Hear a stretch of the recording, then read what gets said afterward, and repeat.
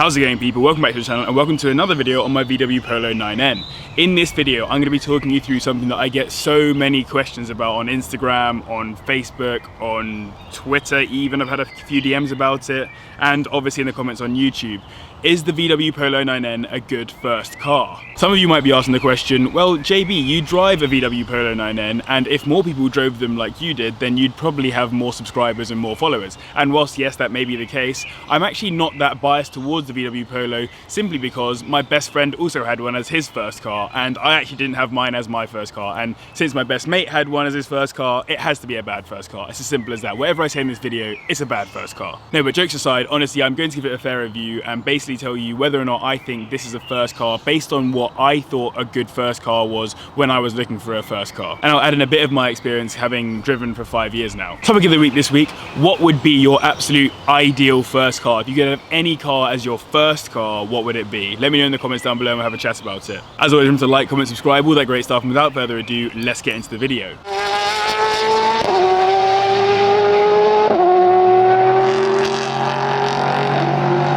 So let's start with a little bit of context about the Polo. It's obviously the younger brother to the Golf, which is aimed at a slightly older audience, a slightly more able to afford the insurance audience in many cases, although I have seen some young drivers driving Golfs instead. The one I'm driving is a Mk4, and I personally think that the Mk4 Polo looks a lot better than the Mk4 Golf, but that's just personal opinion, so feel free to ignore that. That said, it was named by Top Gear in the 2005 car survey the third least satisfying Super Mini to drive and to own, beating only the Fiat Punto and a Rover, meaning it got absolutely smashed by all of its rivals like the Fiesta, the 206, the Citroen C3, and of course the Vauxhall Corsa. They all utterly obliterated it when it came down to that survey. The Mk4 also didn't sell as well as other Polos, so there must be a reason why this car in particular was seen as a less good first car. I don't think I have the best answer to that question, but I think that one thing that might have impacted sales was the introduction of the Lupo. If the Polo is considered a Super Mini, then the Lupo must be considered a Super Mini or something, because that is much smaller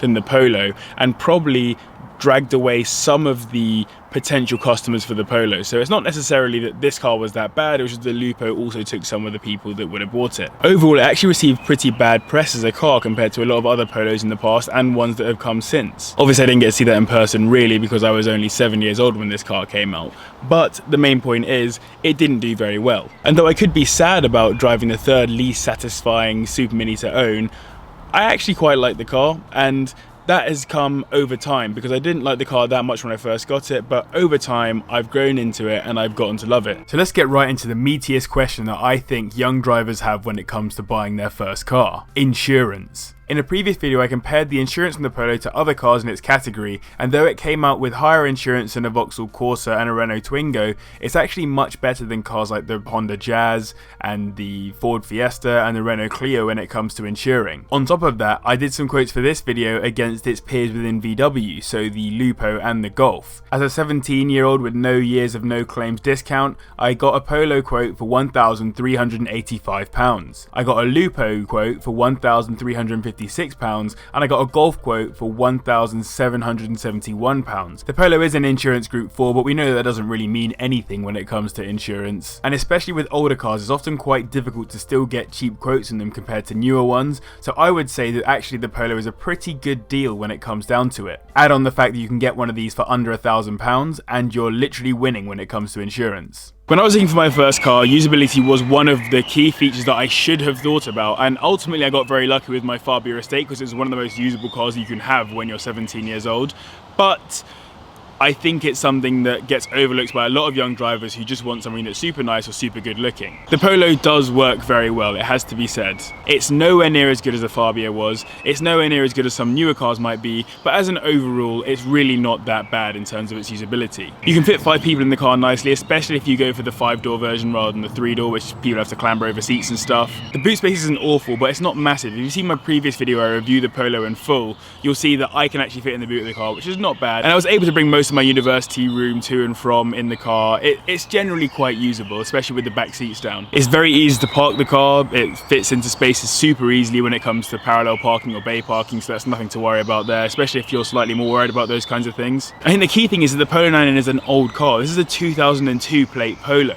that means that you're not quite as scared when you take it out on the roads about it getting ruined. And I know that's a bad way to think about driving. You shouldn't be going out and thinking, oh, I can throw caution to the wind or whatever, but just generally, people who drive brand new cars and stuff can sometimes find it a little bit more difficult to just get on and learn to drive versus people who drive a little bit of an older car like this one and just kind of get into it. So as a usability point of view, it does work, it's rough and ready, and it gets the job done. It's never going to set the world on fire because it is a small car, but as an overall, I would say it's acceptable. In terms of running costs, it's around about £50 for a full tank. I pretty much emptied it out and refilled it for the sake of this video, and you can see it came out at 50 quid. Obviously it depends on how much you're driving, but that usually lasts me around about 2 weeks, so I spend about £100 on petrol per month. For some context, I usually drive to and from a station which is about 2 miles from my house every morning, and to the shops when I'm feeling hungry. I would mention, however, that this car isn't really that good on miles per gallon versus some of its competitors. Particularly some of the newer cars in this category do much better when it comes to miles per gallon. For example, the Ford Fiesta EcoBoost does 65 miles per gallon, whereas the Polo only does 47 miles per gallon. Add on to that the fact that the Fiesta does 0 to 60 in half the time of the Polo,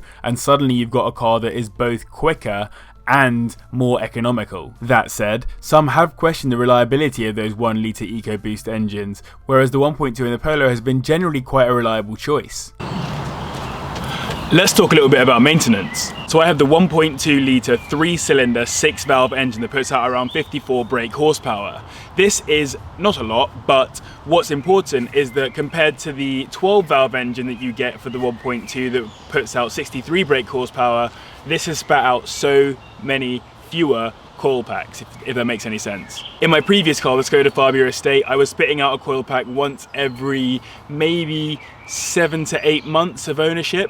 In this, it spat out 1 coil pack in a year and 10 months-ish of owning it, which I think is pretty good, especially because these 1.2 engines are renowned for their coil packs going wrong. And when it comes to maintaining one of these little engines, it's really not that difficult either. Over time, these 1.2s do like to spit out oil, so it is important to stay on top of this and always check your dipstick before a long journey. Somehow my car has managed to stay clear of the oil dropping, but my Skoda was always losing oil and I was pretty much topping up once a week. Here's a top tip for anyone who's going for a 9N as a first car. Definitely have a roll of this with you at all times so you can check the oil levels nice and easily without getting your hands too mucky. Same thing goes for water. Make sure that it's always within the min and max lines. It's not that difficult. My Skoda used to drop water really suddenly. One moment you'd be driving and then the next it would be incredibly high water temperatures and there'd be no water left in the car. Probably partially my fault for not staying on top of it, but also probably because the car had an issue. I used to keep a 2-litre bottle of water in my car, and I still do, just in case I happen to be on a long drive and I've not topped up the water for a little while. Outside of watching the oil and water levels, there really isn't too much to maintaining a VW Polo 9N, and that's what kind of makes it that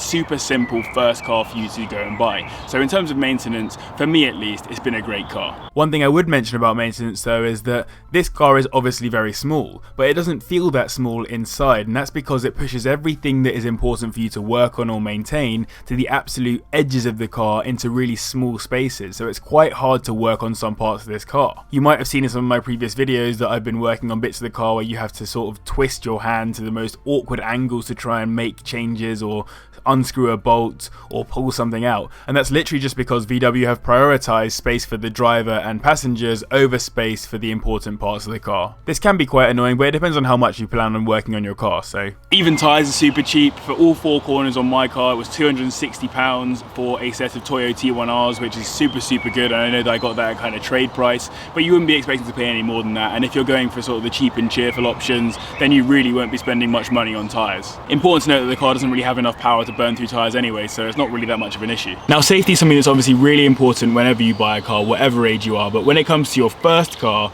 you want something that's going to be safe enough to kind of get you around and deal with bumps and scrapes and that kind of stuff, and also ensure that you don't die if you ever have your first crash in your first car. So even though I haven't crashed the Polo before, and I don't really want to try because it's a silly idea, I have had experience of crashing in this chassis of cars. So my Fabia also had this chassis and I had a crash in it, and it kept me very safe. It was a 65 miles per hour crash, very scary and not particularly enjoyable, but I came out absolutely unscathed, as did my sister. Obviously, as Peugeot has airbags in all the right places, they're in the seat bolsters, all that kind of stuff, so you should be in good hands should you have a crash.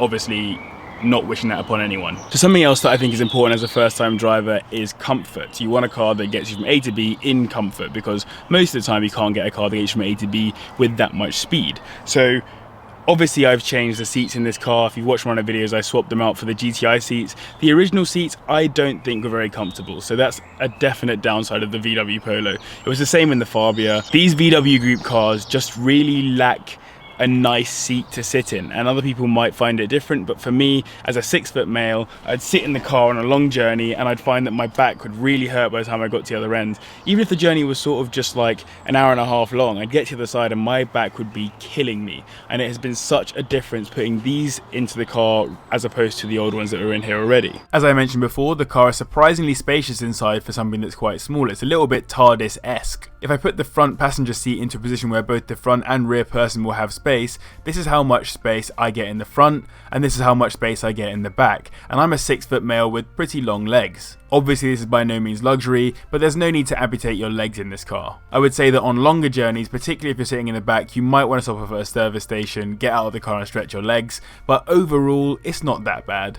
In addition to this, the standard speaker system really isn't that bad, although it does kind of rattle on the bodywork a tiny bit. You can actually fix this really easily, but I can't be bothered. Also, I don't really like playing my music that loudly normally, so I've just turned it up for the sake of this video and showing you. Also important to note, I've changed mine, but the original radio doesn't come with an auxiliary port or a USB port, so you can't plug your phone in. I don't mean to rush, but I gotta go. This way I've been all in my office, all of my comments, sending for medicine, I've been smoking, I've been treating my nausea. One final but particularly important thing to talk about is the drivability of the car. The 9N is an older car and it does drive like one. It doesn't handle like a newer Corsa or Fiesta or whatever. But that said, it's actually quite a nice feeling. It's very solid and very consistent. You never really expect anything out of the ordinary, and if you're ever pushing it in a corner and you're getting a bit of understeer, it's very, very easy to manage and super easy to get back to normal. It's seemingly impossible to get the back of the car out, so you shouldn't have to worry about sliding out in any corners or anything like that. The car goes okay on motorways, but one thing that does annoy me is the fact that the car doesn't really accelerate at all quickly. So if someone gets in your way and you want to accelerate past them after they've moved out of your way, it can often still take quite a long time to get past them, which is quite embarrassing and also just annoying. I'd say the Polo is best in towns or cities where it can be used to its full potential, which is literally 0 to 30 little sprints and nipping in between traffic and cutting down tight lanes and that kind of stuff. One thing the Polo cannot do with the 1.2 engine at least is hills. Honestly, don't even bother trying with a hill, you will be struggling. The original suspension on the car is very good in my opinion, it takes bumps very nicely and it's quite robust as well. And one final thing I'd say about motorway driving is the fact that the car doesn't always feel very comfortable at higher speeds. So if you're the type of person who's likely to do higher speeds in the motorway, just be wary that you might not feel as comfortable as you might in something a little bit newer. So let's answer the question then. Overall, is the VW Polo 9N a good first car? The answer is annoying, but it does really depend. Generally, yes, it is a good first car. It does everything that you need it to do, it gets you from A to B, it has 5 seats, and it's quite a usable car. Don't need to worry too much about maintenance, don't need to worry too much about repairs, and generally, it's a good car to cut your teeth in. However, if you're doing longer journeys or you need a little bit more space in the car to carry things, the Polo might not be the ideal car for you. In terms of what I would expect the vast majority of first time drivers to care about though, it's probably a good first car. Hopefully in the future I'll get to do more reviews like this on other potential first cars and compare them all. Anyway, for now remember the topic of the week, don't forget to like, comment and subscribe, all that great stuff. Thank you all very much for the support on the recent videos, you'll get a top 5 next week, and thank you very much for watching, I'll see you in the next one. Listen.